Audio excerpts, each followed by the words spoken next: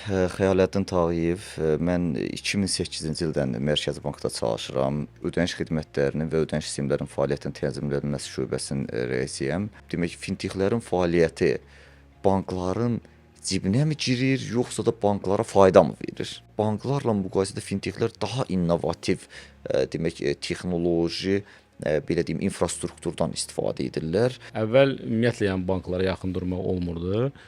Çünki həm tam biznesləri bəlkə də başa düşmürdülər, həm bu istiqamətdə mən dediyim sırf acquiring və sair xidmətlərdən söhbət gedir.